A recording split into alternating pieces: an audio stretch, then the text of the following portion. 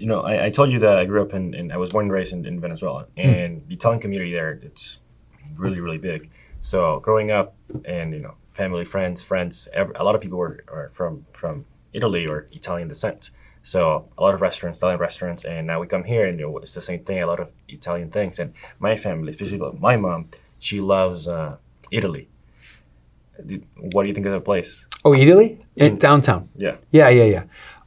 Really cool concept. It's located in the part of Chicago that is heavy tourism, so it is definitely a tourist destination. But for those who haven't been, talk about an experience. You are shopping, so it is a grocery store that has very tastefully designed like little pockets of restaurants or kiosks where you can buy excellent food and eat it while you're shopping, or you can actually go there to dine and not shop at all. That is a very unique experience. I think they have a few of them. I think they've done Italy in other cities. Yeah, in New York. And they did. Yeah, okay, right. Next right. to the World Trade Center. So again, like very touristy cities. Yeah. I'm so of the styles, I'm more of we're Northern Italian. That's why I'm lighter skinned. I never did that. What are those? 23 and yeah, 23. I've never done that. My dad is 100% Italian, and I don't want to know that anything's different. So like, I'm just happy with I'm Italian. They just want, but I look at me, I'm like, well, I don't look that, But we're Northern. My cuisine favorites are Southern. Like I'm a penne with like a rich, the orange sauce. I love that. Yeah, that's a butter. That's a vodka sauce. It's but yeah, rigatoni or penne with vodka and the other thing I appreciate about European eating though, and I was a super picky eater. I went 72 days on campus eating McDonald's straight. I started counting after like 17 or 18, and I would eat. I was very set. Just the proverbial suburbs or the suburbs. I loved cereal, and I never. I had a rule when I was in school here, and that rule hasn't changed now. No food in my home. And really it's a discipline to not eat too late at night. It just kills your metabolism.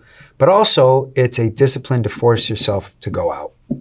Because I knew I was a picky eater, and I was like, especially when I launched a hospitality company, I'm like, I got to start, diversifying my palate. But I started eating fish, not until my late 20s. When you go to school for 10 years, I went 10 years straight, you're 27 when you graduate. And when I graduated, I lived with my parents. When I had my first restaurant, which is a major store in Chicago, in like the heart of downtown, I was commuting to my parents, which is hilariously pathetic. Now, kudos to them for being my roommates and not kicking me out. And I even once woke up with a date in my parents' home in my high school bedroom, from the city, which was hilariously pathetic. But it also says, hey, people are trying to be titans of industry a year after graduation. Think about it. I'm 7 years from where you are today is when I graduated. I think you guys are ahead of the game and doing very well. And it was in my late 20s that I really started pushing myself to try food I would have never otherwise, which is not young necessarily, but now I really like fish. I love a branzino. I love, we just put a swordfish on a menu somewhere. I thought it was great. But yeah, it's cool. The next one, holding the liquor license for Lollapalooza, underrated or overrated? Well, Lollapalooza, Live Nation and C3 will tell you it's overrated because it's really just in name.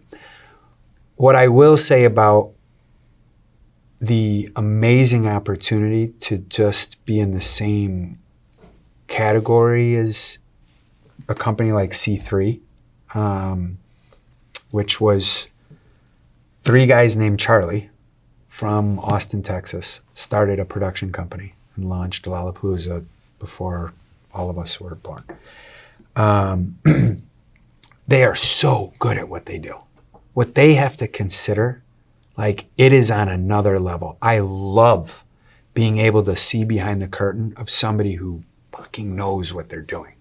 And my brain and just me watching and noticing how there's so much in the details that goes completely unnoticed by the 100,000 plus people who attend every day is awesome, because their experience, to achieve that experience of just gingerly going to Grant Park, which is, there's not a better venue.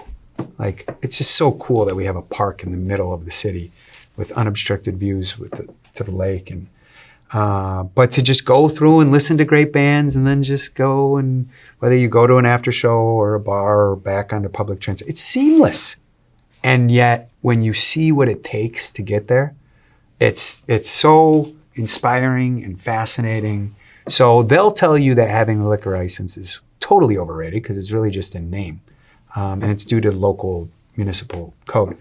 But I will say it's an insanely underrated experience for me, because I just get to see some back of house stuff that, yeah. It's on a production basis. It's really cool. Really cool.